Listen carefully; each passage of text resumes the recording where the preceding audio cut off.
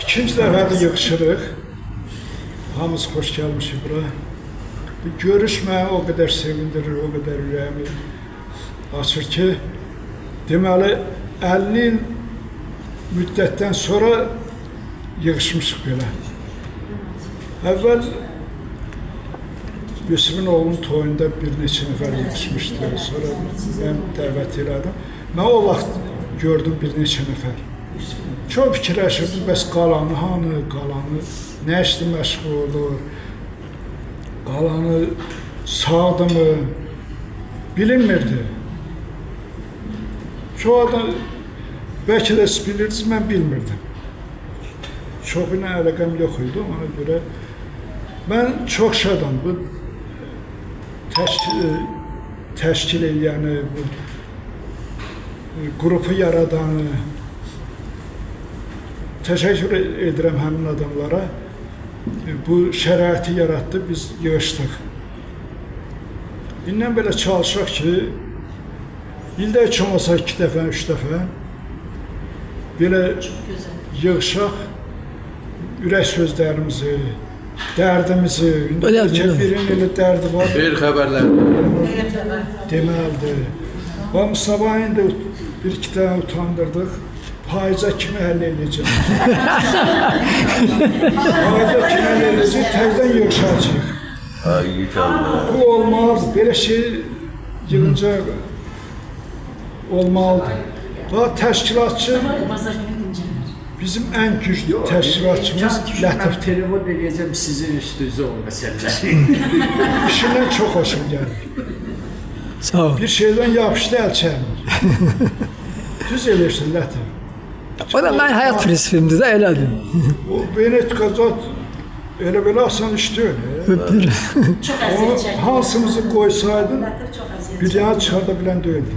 Ağır işdir. Sən onu yarattın.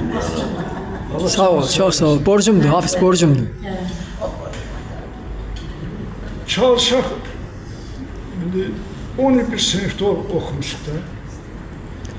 Ömrümüzün en güzel çağlarını. İldə də Biz 2-3 birlikdə dəfə olmuşuq, bir kənddə görüşürük. yaşamışıq, bir qonşuluqda yaşamışıq, bir ayda bir yaşamışıq. Ay sonra bir məhəllədə olmuşuq. Bəli, Ömrümüzün en güzel çağlarını 10 il birlikdə yaşamışıq. Allah hamısını canını sağ eləsin. siz bunlar Hə. bilməklədir. Hamısının ailəsində həmişə sevinç olsun. Xeyir iş olsun. Çox sağ olun, çox Sağ olun. sağ olun.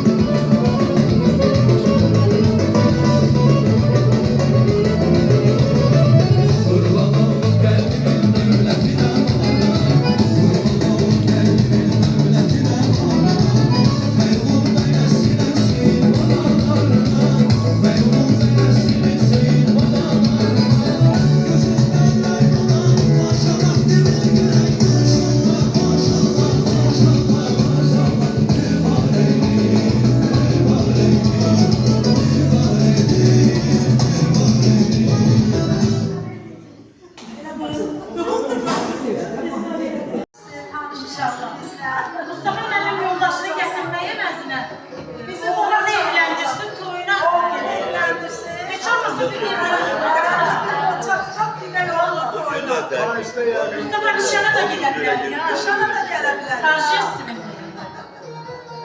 Korkmaz. Əsas odur ki, sən Mustafa. Sən Mustafa kim gəlməsin? Ben bir şey başa düştüm ki Ha, şu çəkir.